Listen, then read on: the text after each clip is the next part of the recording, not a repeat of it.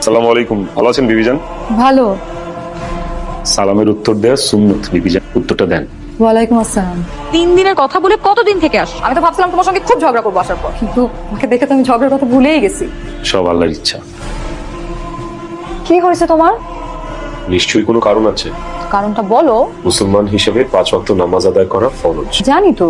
তাহলে জানলেও কেন পড়ো? এই যে তুমি নামাজ পড়ো না, তুমি যেমন পাপের ভাগিদার হচ্ছ, স্বামী হিসেবে কিন্তু আমিও তোমার পাপের ভাগিদার হচ্ছি। তো এটা তো বললেই হয়, না বলে যে তুমি আমার সঙ্গে রাগ করলে, এটা কি উচিত হলো? আজকের পর থেকে সরাসরি বলবো। বাবা অনেক, আমার তো বয়স হয়েছে, কখন কি হয়ে যায় বলা যায় না। আমার ব্যবসাটা বুঝে নাও। দুঃখিত আব্বু, আপনার ব্যবসায় ঘুষ লেনদেন করা লাগে। ঘুষ দেওয়া এবং ঘুষ নেওয়া দুটোই হারাম। আসরের ওয়াক্ত হয়ে গেছে, আমি আসছি।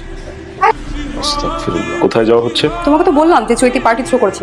তুমি কি এই পোশাকে পার্টিতে যাবে? তোমার ব্লাউজের পিঠটা কিন্তু অনেক বড়। তো আমি তো এতদিন এই ধরনের পোশাকেই পার্টিতে গিয়েছি, তাই না? ইসলাম ধর্মে কিন্তু এমন খোলামেলা পোশাক পরাতে নিষেধ আছে। ও মাই গড, ছেলেটা বলে কি, তুমি কি আমাকে বোরখা পরাবা নাকি? আমি তো বোরখা পড়তে বলছি না, একটু ঢিলে ঢালা সালোয়ার কামিজ পরেও তো যাওয়া যায়। তোমার দিকে কেউ বাজেভাবে তাকালে আমার কিন্তু কষ্ট হবে। আমি এই কথাগুলো তোমাকে ভালোবাসা থেকেই বলছি। আমার আসতে একটু দেরি হবে, যাই। দাঁড়াও, আমি তোমাকে এই পোশাকে যেতে দিব না। প্লিজ সিন ক্রিয়েট করো না। আল্লাহর দোহাই লাগে, এই পোশাকটা পরে যেও না।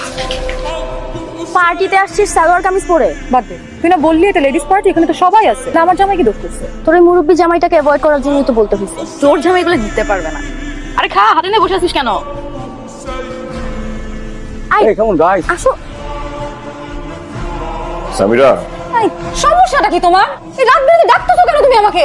বাইরে আলো জ্বলে গেছে, আমি নামাজ পড়ে আসলাম। রাত কোথায় পেলে? এটা তোমার জন্য রাত না হতে পারে, কিন্তু এটা আমার জন্য রাত। তুমি যাও তো প্লিজ, তোমার কাজে যাও। আমি আমার কাজ মসজিদ থেকে করে এসেছি। আর নামাজ পড়া শুধু আমার কাজ না, তোমারও কাজ। তোমাকেও নামাজ পড়তে হবে। আমি কখন কি করবো সেটা আমার ব্যাপার, সেটা তোমাকে বলে দিতে হবে না। অবশ্যই আমি বলি। কাল রাতে তুমি মদ খেয়ে এসেছো, কিচ্ছু বলিনি। তাই বলে ভেবো না যে তুমি যখন যা খুশি তাই করবে, তোমাকে কিচ্ছু বলা যাবে না। কি বলবা তুমি? মারবা আমাকে?